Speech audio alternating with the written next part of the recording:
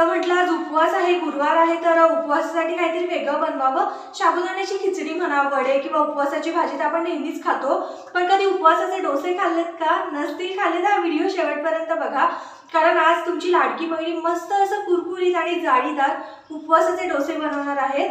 कसे बनवायचे बघायचे का तुम्हाला? तर चला पटकन रेसिपीला सुरुवात करूया. तर हे उपवासाचे डोसे बनवण्यासाठी मी मिक्सरच्या भांड्यात हे बघा 1 वाटी साबुदाणे घेतलीये आणि साबुदाणे मिक्सरला एकदा फिरवून घ्यायचेत आपल्याला. तर हे बघा मंडळी, मी साबुदाणे मिक्सरच्या भांड्यात फक्त एकदा फिरवून घेतलेत, कारण साबुदाणे मोठे असतात ना.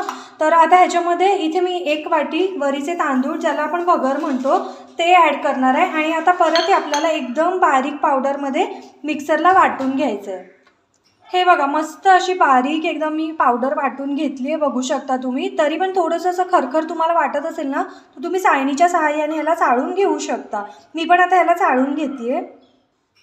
तर म्हणजे हे पीठ चाळून घेतल्याने काय होतं, कुठे आपलं काही पार्टिकल्स वगैरे असतील ना, तर त्यामुळे डोसा आपला फाटण्याची शक्यता असते.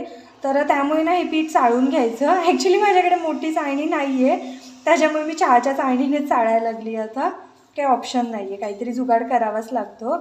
तर हे बघा एकदम असं बारीक आपल्याला चाळून घ्यायचं आहे चाळणीने.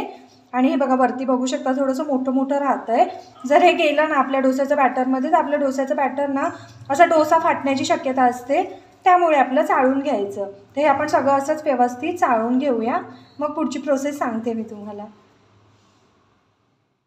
तर हे बघा बघू शकता सगळं मी असं चाळणीच्या सहाय्याने चाळून घेतलं आहे. आता ह्याच्यामध्ये आपला खायचा सोडा असतो, ज्याला आपण बेकिंग सोडा म्हणतो, अगदी चिमूटभर टाकायचं आहे. चवीनुसार मीठ टाकायचं आहे आणि हे व्यवस्थित मिक्स करून घ्यायचं आहे आपल्याला. तर तुम्ही हे जे आपण बनवलं आहे ना पीठ, तर म्हणजे हे तर ते तुम्ही भरणीत भरून ना स्टोर करून पण महिन्याभरापर्यंत ठेवू शकता. आणि जेव्हा कधी तुम्हाला वाटेल तेव्हा काय पाणी टाकायचं, दही टाकून प्रॉपर मिक्स करून ना कधीही वाटेल तेव्हा तुम्ही डोसे बनवू शकता. तर आता ह्या पिठामध्ये हे बघा मी ना 1 ते 1.5 चमचा दही ॲड करणार आहे. हे व्यवस्थित असं मिक्स करून घ्यायचं आहे. हे बघा हे पीठ असं महिनाभर जरी तुम्ही ठेवलं ना तरी ते स्टोर राहतं. कधी वाटेल तेव्हा पटकन उपवासाच्या दिवशी डोसे बनवून खाऊ शकतो आपण. आता ह्याच्यामध्ये ना पाणी ॲड करणार आहे मी आणि हातानेच मिक्स करून घेणार आहे, कारण दही वगैरे आपण ॲड केलं आहे ना. तुम्ही चमच्याने करू शकता, पण इथे गाठी नको राहायला म्हणून मी आपल्या हाताने करते आहे, बाकी काही नाही. अजून आपल्याला पाणी लागणार आहे, सो पाणी ॲड करूया. जास्त आपल्याला पातळ करायचं नाही आहे किंवा घट्ट नाही, मीडियम कन्सिस्टन्सी ठेवायची इथे आपल्याला. हे बघा अजून भरपूर पाणी लागणार आहे, कारण साबुदाणे वरीचे तांदूळ आहेत ना. आता बाकीचं चमच्याने मिक्स करून घेते मी. तर हे बघा आता जे मी हाताने मिक्स तर केलंच गाठी राहू नये म्हणून, पण आता चमच्याने पण मिक्स करते. आणि पाणी जरा जास्त लागतं ह्या बॅटरला, कारण साबुदाणे आणि वरीचे तांदूळ आपण वाटून घेतलेत ना. तर हे बघा अजून पाणी लागणार आहे, सो मी ॲड करते. हळूहळू ॲड करायचं, उगीच एक्स्ट्रा टाकून पातळ नको व्हायला बॅटर. हे बघा थोडंसं अजून पाणी टाकूया, डोस्याच्या बॅटरसारखी कन्सिस्टन्सी हवी आहे आपल्याला. हे बघा प्रॉपर झालेलं आहे, अजून थोडंच पाणी लागेल. आणि आता आपण आपलं बॅटर तर झालेलं आहे. आता हे आपण ना झाकण ठेवूया ह्याच्यावर आणि 10 ते 15 मिनटं बाजूला ठेवून द्यायचं.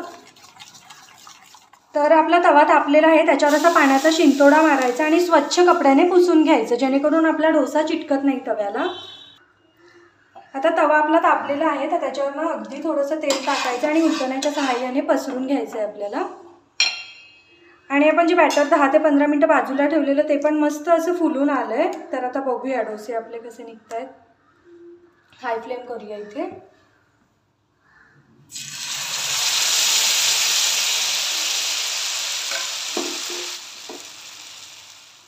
तर म्हणजे हे बघा इतका छान डोसा झाला आणि बिलकुल चिटकलेला देखील नाही आहे. तुम्हाला सॉफ्ट हवा असेल तर हाय फ्लेमवर असं थोडंसं 1 मिनिट ठेवून तुम्ही डिशमध्ये काढून घेऊ शकता, पण मला क्रिस्पी आवडतो त्यामुळे मी इथे ना लो फ्लेमवर ह्याला 5 मिनिटं अजून ठेवून देणार आहे, जेणेकरून मस्त क्रिस्पीनेस येईल आपल्या डोस्याला. तर बाकीचे पण डोसे आपण असेच काढून घेऊया. ह्या पिठामध्ये ना 7-8 डोसे आरामात होतील, लहान काढले तरी पण, आणि मोठे काढले तर 5-6 होतील. तर हे बघा मस्त स्प्रेड होत आहे. तर म्हणजे हे बघा आपण डोसा तर टाकला, आता स्टिक होतोय की नाही बघूया तव्याला. आणि हे बघा अजिबात तव्याला चिटकत देखील नाही आहे आणि पटापट होत आहेत हाय फ्लेमवर.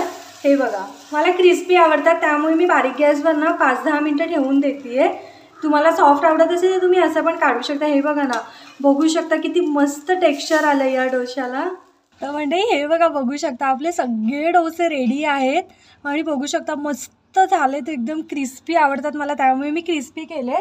तुम्हाला सॉफ्ट आवडत असतील तर हे बघा, असे सॉफ्ट पण तुम्ही करू शकता. आणि बघू शकता किती जास्त सॉफ्ट आहेत राव. हे बघा, आपल्या एवढ्याशा पिठात ना 7-8 डोसे आरामात होतील. तर तुम्ही लहान काढले तर अजून जास्त होतील. तर खूप छान रेसिपी आहे, घरी ना नक्की ट्राय करून बघा, इतकी भारी लागते ना राव. हे बघा, मस्तच झालेत नुसते.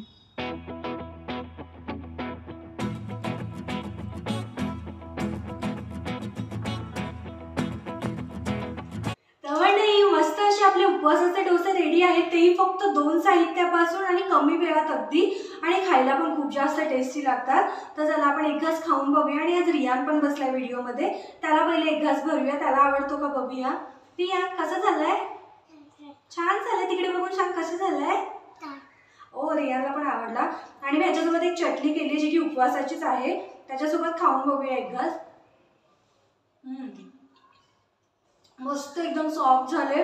तुम्हाला कुरकुरीत हवे असेल तर बारीक गॅसवर अजून 10-15 मिनिटं ठेवले ना मस्त क्रिस्पी होता. तर नक्की घरी रेसिपी ट्राय करून बघा. व्हिडिओ आवडला असेल तर लाईक शेअर करा, चॅनलला सबस्क्राईब करा. भेटूया नेक्स्ट व्हिडिओमध्ये. आणि जर चटणीची रेसिपी हवी असेल ना तर मला कमेंट करून कळवा, मी नक्की याच्यावर व्हिडिओ बनवेल. तर चला भेटूया नेक्स्ट व्हिडिओमध्ये. टिल देन बाय गाईज, खात राहा, मजेत राहा.